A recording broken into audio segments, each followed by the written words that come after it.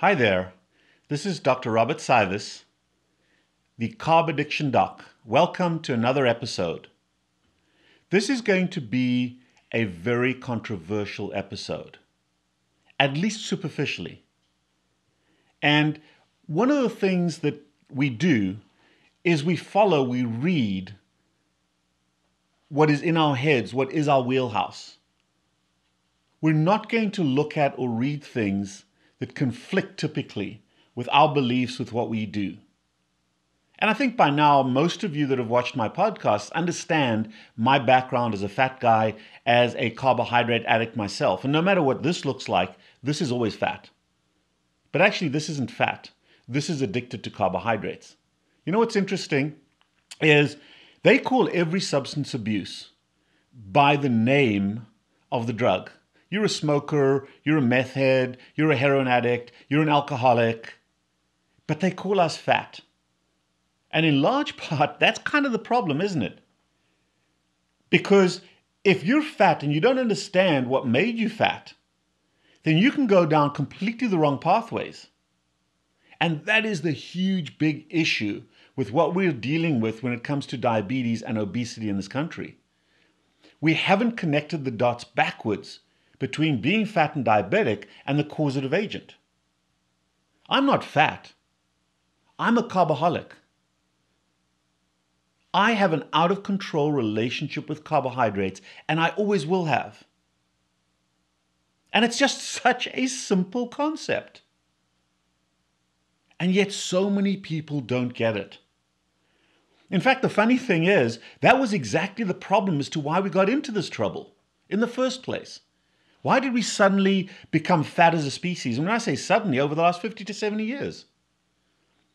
A simple mistake was made when people didn't step back and look at the big picture. In the 1940s and 1950s, more and more people were dying of heart attacks and strokes. Okay? And of course, as physicians, we were worried about that. So what we did is we did autopsies on those people that were dying of heart attacks and strokes. And we saw this plug of gelatinous, snotty fat built up in their blood vessels, especially their arteries. And these things would break off and go down the coronary vessels to the heart and give you a heart attack, go up to your brain and cause a blockage of blood flow to the brain, and you'd have a stroke and die or get really sick. But here's where we made the mistake. And it's just such a simple thing if you really step back and look at it. And yet, most people have that cognitive dissidence that they can't step back and look at the simple facts. Okay? The simple fact is this. They looked at that snot and that fat in our blood vessels, and they made an assumption. The assumption was, aha, it's the fat in our blood vessels that we're eating. It's the fat in our diet that is going straight into our blood vessels and clogging up our arteries and causing heart attacks and strokes. Two things they forgot to even look at. The first thing is this, that we human beings, us Homo sapiens, have been around for around 200,000 years. And we've been eating the same damn diet for 200,000 years. The same fat, the same protein. It really hasn't varied that much. And yet suddenly the fat in our diet is making us dead? But it didn't 200,000 years ago and hasn't for every one of those 200,000 years? Bullshit. Fat in our diet does not kill us. In fact, it is the absence of fat in our diet that leads to harm. But we couldn't get away from that. So as soon as we blamed fat for causing death and causing harm, what do we smart doctors do? We advocated for the removal of fat from our diet. And whether that was scientifically motivated, whether it was religiously motivated, because there was a whole religious paradigm that a large part of the healthy saturated fat comes from the animal kingdom, but eating animals for ethical reasons, religious reasons, whatever it may be, and now quasi-health reasons was bad. So it helped us to promote a vegetarian or a vegan diet, but we condemned fat. And we removed fat from our diet, and when we removed fat from our diet, we became sicker. But the other connection that we still haven't made to this day, what did become prevalent in massive logarithmic numbers in the 1940s, 50s, and 60s? What thing didn't really exist 300 years before that. Now remember, we're talking 200,000 years. So 300 years is a very, very small part. 400 years.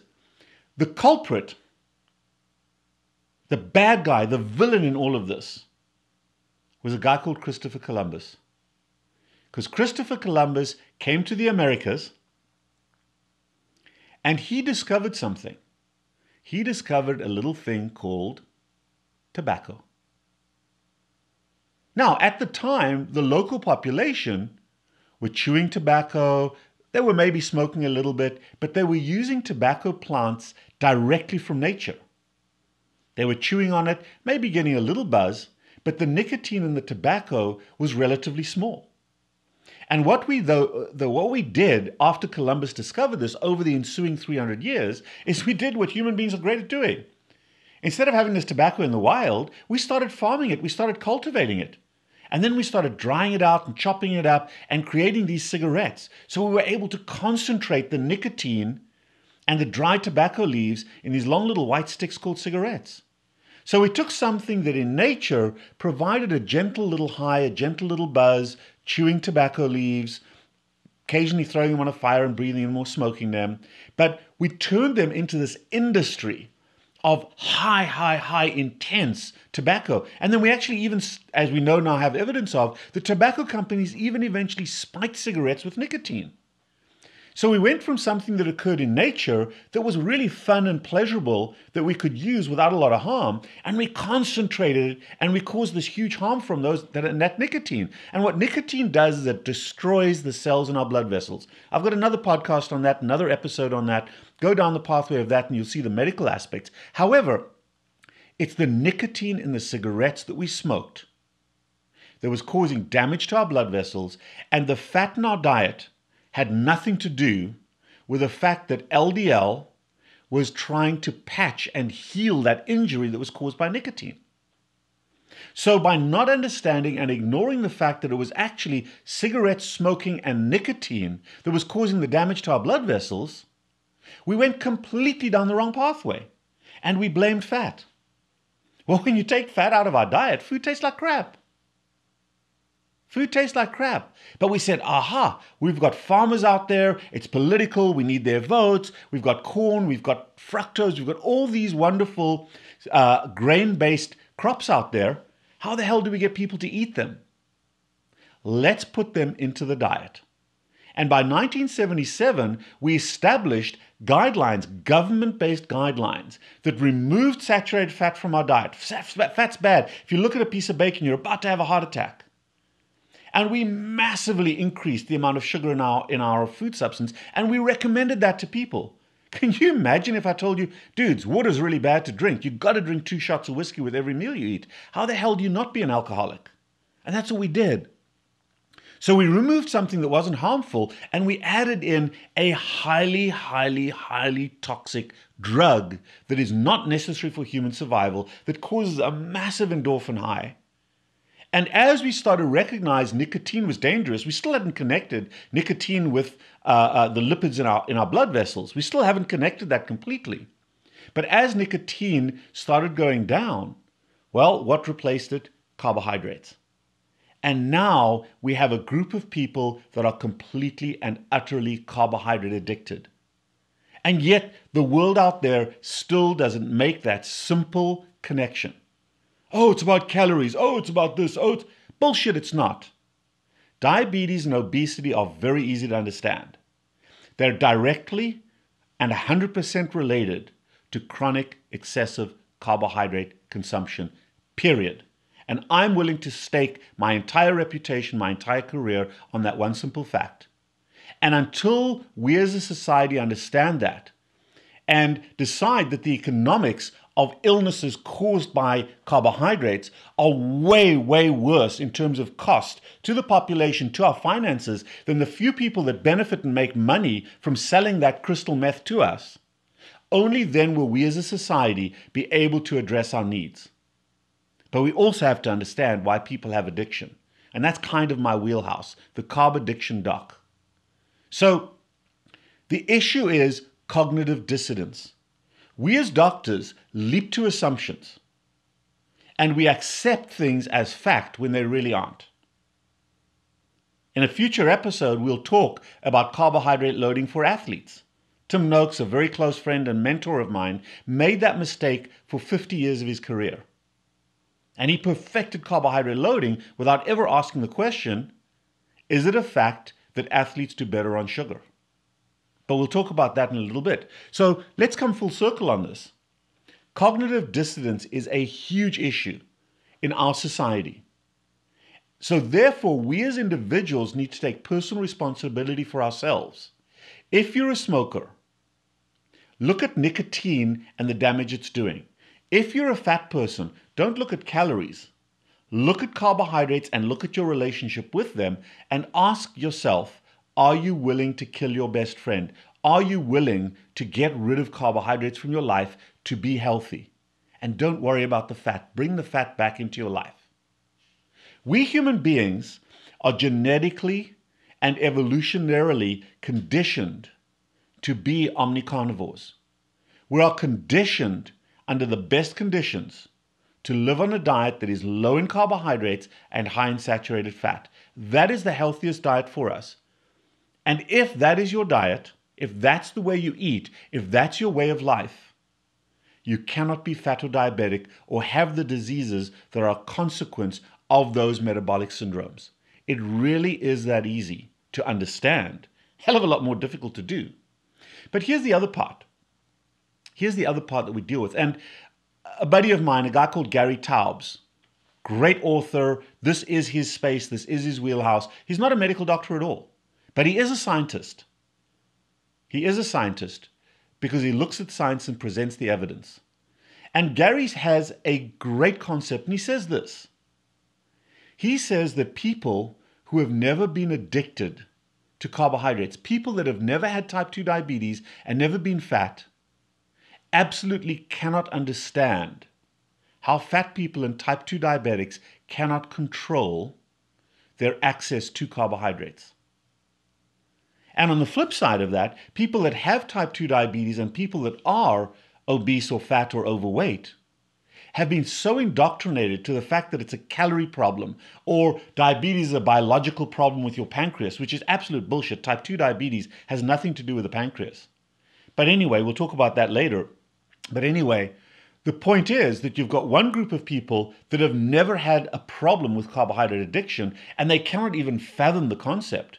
And you've got another group of people that are so deep, so up their own asses with carbohydrate addiction, that they can't see the daylight. They cannot connect the fact that it's carbohydrates in an addictive form that is causing them all the harm they're suffering.